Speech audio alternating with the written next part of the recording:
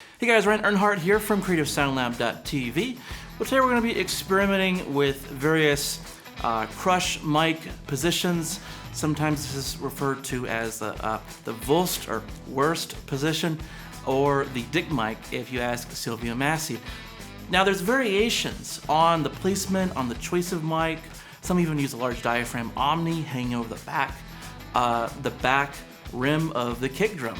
But today I'm going to be using a ribbon, which may be a little bit unconventional, but I think it really gets a really cool sound. And I'm going to be experimenting with just the sound of the kick, the sound of the snare, and I have a few really cool experiments that I want to show you today. So this is really going to be nerding out on just this type of microphone. It's one mic drum recording, but we're really going to be exploring what happens with the sound of the kick as the depths change, and just very other shifts in tonalities. So let's get started. So this episode wouldn't be possible without my friends over at Dragon Song Productions down in Atlanta. Super cool guys. Hit these guys up if you're in the area. I'm thinking I'm gonna do one of my studio tours down at their studio because I just really enjoy hanging with these guys every time that they're in town here, and I want to go see their place for once. So huge thanks to both those guys. Ben and Paul, thank you so much. So today's episode really, I've always wondered about the position of this mic, and I've never quite really experimented to the extent that I have for this video. And it's really, really interesting.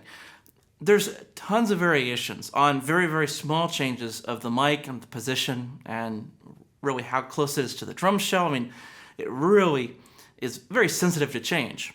In fact, it's also very sensitive to just how the player plays. The volume of the kick drum, the volume of the snare, it's going to change how the sound is captured within this one mic. Kind of my first experiment for this video was to just kind of have a few different positions in a typical drum set, high tom, low tom, kick and snare, and just see what happens if I move the mic around. So here's, 3, 4, 5 different positions. I forget how many, but check this out and just note what changes with each position.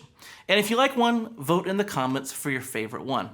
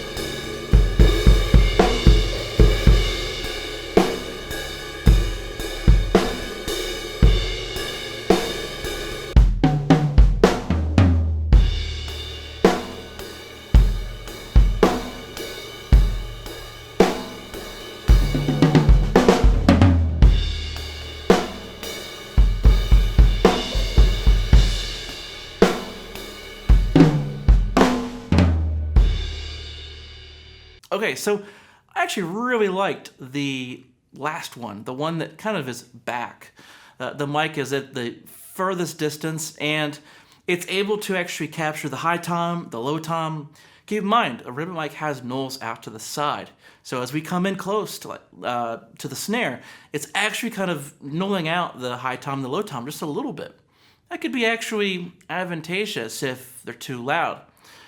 Now that ride cymbal actually is a great reason, a great use for that null. I mean, it's right there and we probably don't want it too loud. So using that null off the bottom of the mic, that can help to kind of even out the volume of that ride. But for the toms, we definitely want to capture them. And so moving the mic kind of back towards the front of the bass drum, away from the drummer, we're actually able to kind of bring those toms into the sight of the microphone and its polar pattern of figure 8.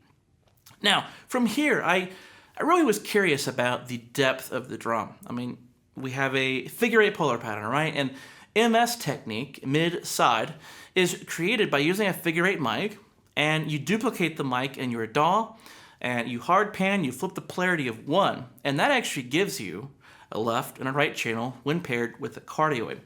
Now the mics have to be right on top of one another, but the idea is that on either side of the figure 8 microphone, it's collecting sound. It's just opposite polarity on the back. So my thought is that I wonder if this is playing some sort of role in the coloration of the kick drum. I mean, this kick is massive, right?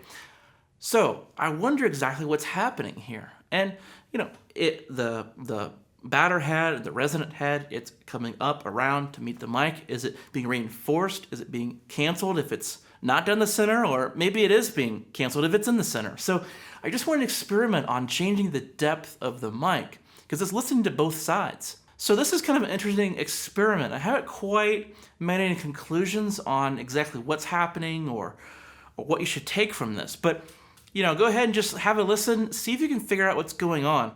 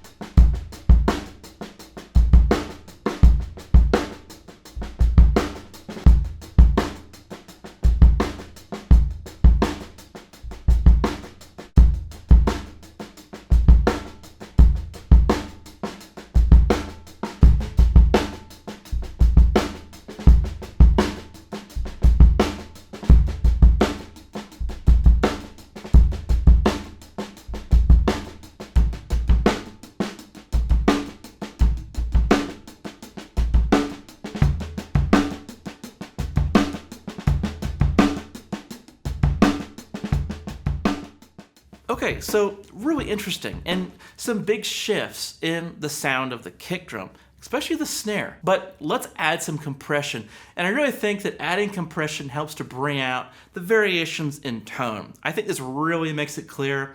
If you struggled at all hearing the variations in tone before, I think this will really make it really clear for you. The compression I'm using today is the Eventide Omnipressor. It's a great aggressive compression. It's really good for this type of application.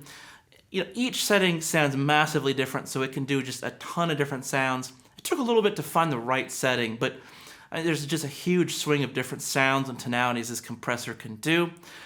Overall, it was pretty light on the compression compared to what its range is. I mean, this compressor can really go nuts, but it's a really cool sound.